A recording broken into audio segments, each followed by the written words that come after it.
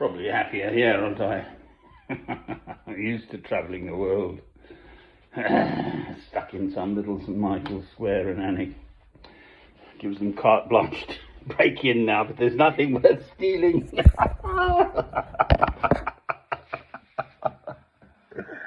Oh dear.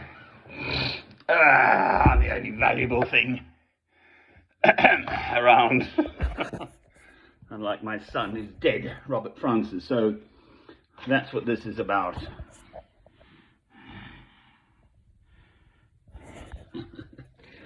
Trying to achieve closure. His name was Robert Francis Ross Bush. And I'm at Chicheley Hall in Buckinghamshire, as they say, where I used to cycle past this place and think, oh, what a grandy place, on the way to Meols.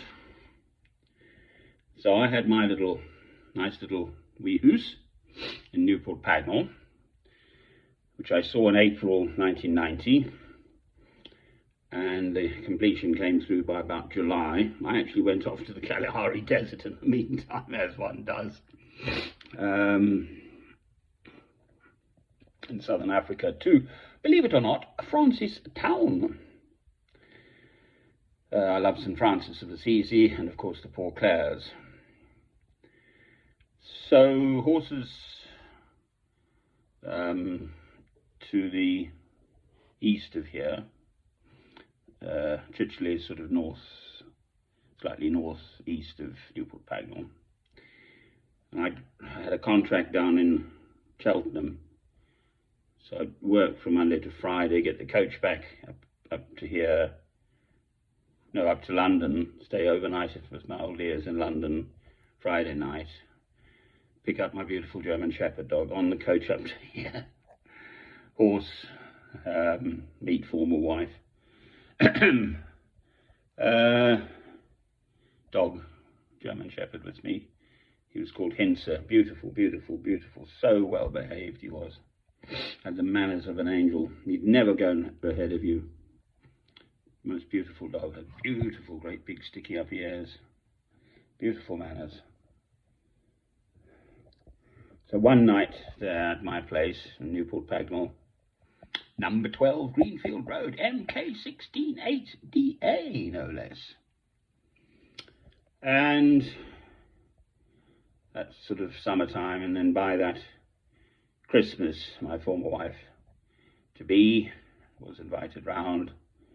I sort of rescued her. No, I wanted this. This is for Robert. So I played at his funeral.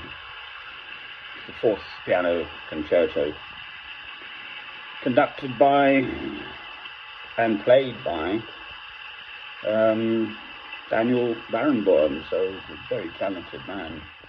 He knew all of Beethoven's piano sonatas, right, all of them by heart, all 32. By the age of 17, he's done 2 cycles. Those are the ones I listened to.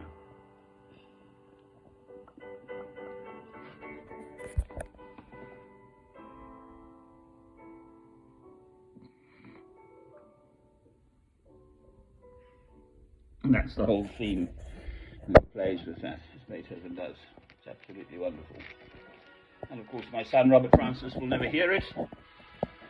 That pile of pills is for my heart, broken heart. It may also possibly be that I have consumed the odd lake of wine.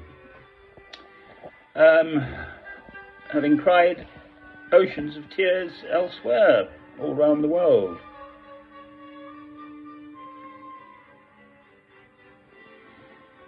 So that's where Robert was conceived.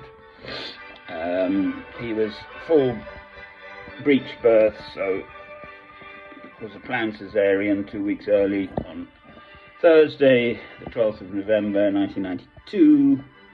I drove up from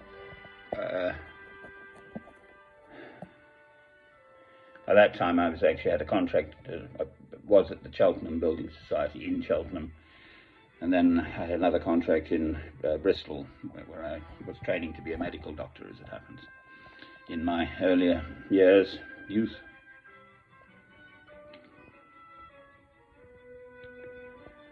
So I drove back overnight the Wednesday evening. It's a beautiful sunny morning.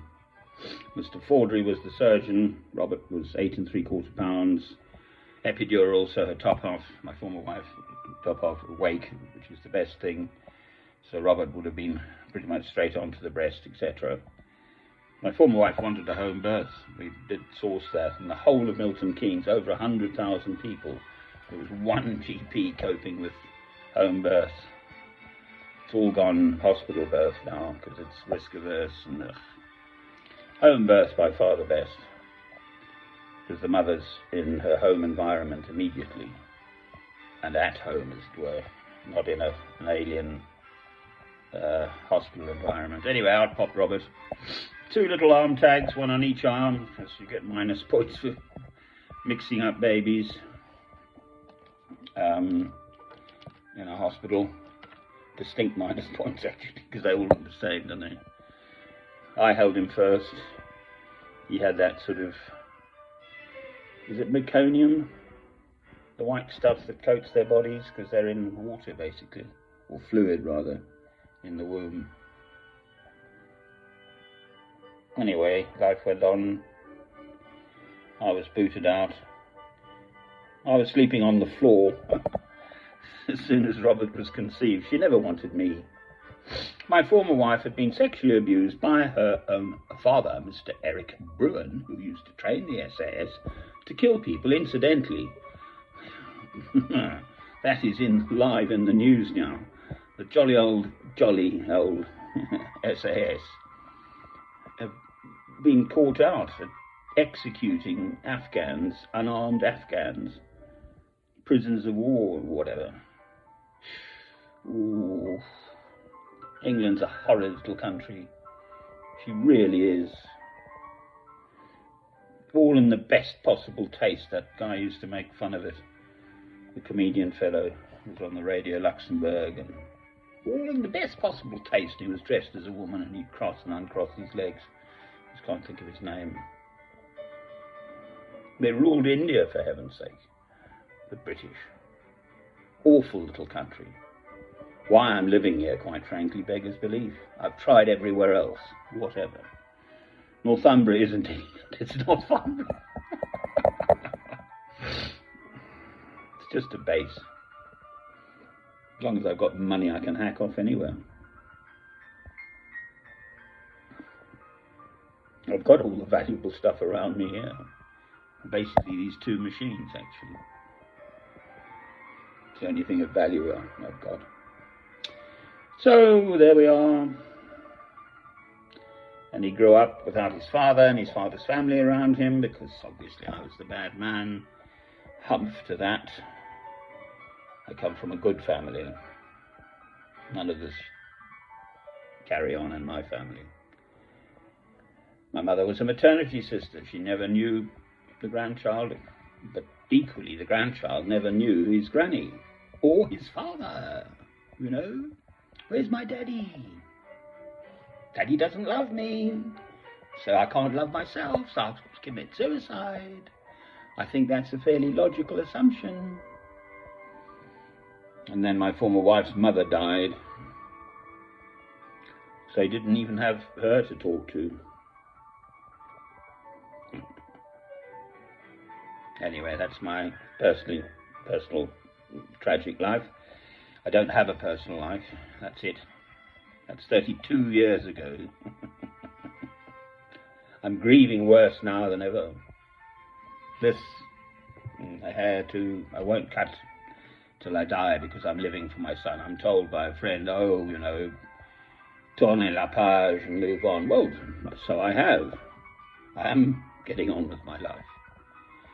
God has chosen this particular way of giving me my rock-solid faith. I couldn't speak the way I do as a Christian without this massive experience in my personal life. That I know.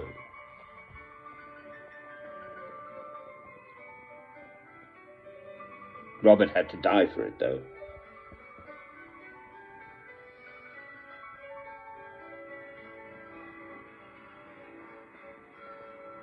So I've got 3 nights here. Night number 1, it's beautiful, nearly full moon. I've been outside to cool down. Of course, the inside is, there's actually a window that opens. It's a proper old Elizabeth, Queen Anne, I think it's Queen Anne. But there's a window there, south window, that you actually get some fresh night air in, but it's all sealed inside, so you don't get much fire doors and everything. It's a proper building. And I can see the morning star from here. I'm looking east, so that'll be Venus.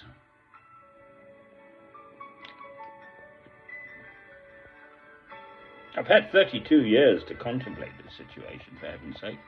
Travelling the world.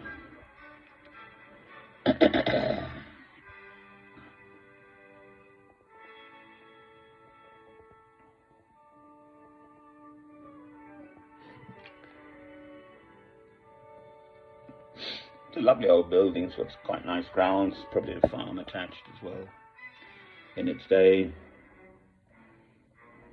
No stream. Newport Pagnell sort of exists because of the confluence, I think, of the River Great Ouse and the River something. So there were bridges, and obviously that's where the crossings were, and that's where the people had to stop, and there probably would have, well, I know there was a toll booth actually on one of the bridges. It's still there. There's a little house on one of the bridges, and that apparently was something, 23 pubs is the figure I have in its heyday. There's still a few, not that many. And the Swan Revived Hotel, Mark was there. I knew him. So I was here in the 90s, 90 to 98, or Newport Pagnell. And his parents owned the Swan Revived Hotel. And I don't know how I remembered his name, because I'm normally useless with names. And I said, "Oh, is Mark around?" And he came straight out. He's gone a bit grey, a bit like me. We both sort of looked at each other. And then the pennies dropped. "You've got a beard now," he says. "Yeah, I've got a beard now." I was so chuffed he was still there. Just, you know, still running this nice old English, fairly modest hotel. But nice old building, sort of 1600s, I think. The creaky floorboards and all of that. So, closure, well, if I'm living for my son until I die, then in a sense there will never be closure, will there?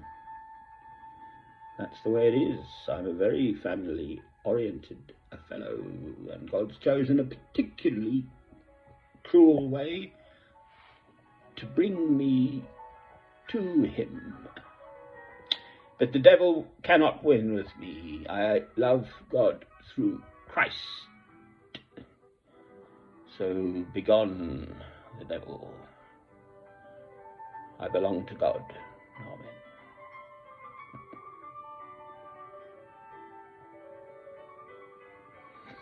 This goes on for 37 minutes. I can't outlast. Well, I could, but I'm not going to. Anyway, there we are. Light, the light of Christ shining in the darkness. Amen.